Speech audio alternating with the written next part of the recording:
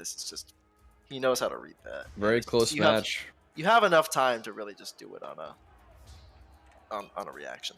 100%. Yeah. I mean, we were just talking about how it was starting to get a little predictable, right? So you got to start mixing that up. Once you start throwing the spins in too much, you can start punishing them a little easier just by knowing and having a good feeling about when they're going to come out.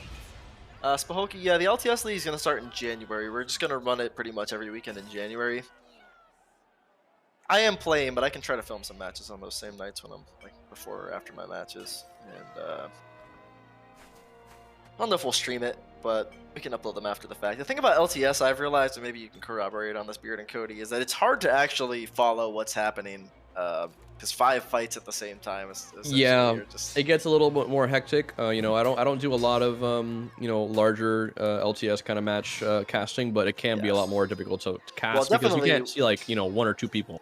Yeah, definitely with 10s it's crazy. But I found I was experimenting with some of it on the PAX versus LKMS the other night, and it's cool to watch one player throughout the match if they do well, but if they die immediately, you just gotta switch. Yeah, that's true, right? That's kind of the difference, is because you have so many fights going on, you can't like cast the moment-to-moment decisions that are happening like you can with duels. Because like when we see a duel, we can know exactly what that guy thought about and what the execution was, and like we can break it down mentally that way, which I think is really interesting to watch.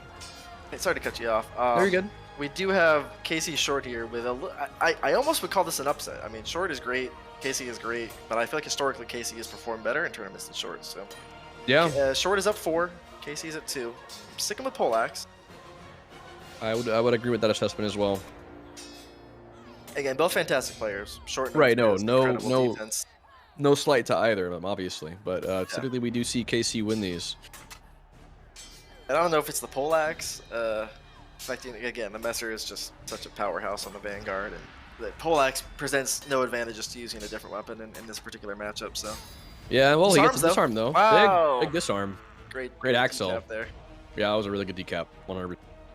And that Poleaxe overhead, I think is its best tool because, actually, it might have been Casey that told me this, or it was someone else. But basically, you can use the hitbox of the handle to make that as fast as any other two-handed Excel. So yeah, just watch for that, especially on follow-up hits. It tends to be the best option if you can land it. Obviously, the risk with any overhead is that you miss and get whiff punished.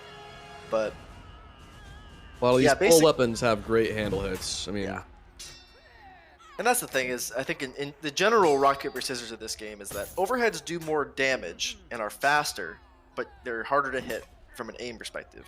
Horizontals tend to be easier to land, but do less damage and are slower. Right. Not to mention any differences in range on the hitboxes. Especially when you're playing with players at this level that are constantly strafing, constantly using huge special. Wow.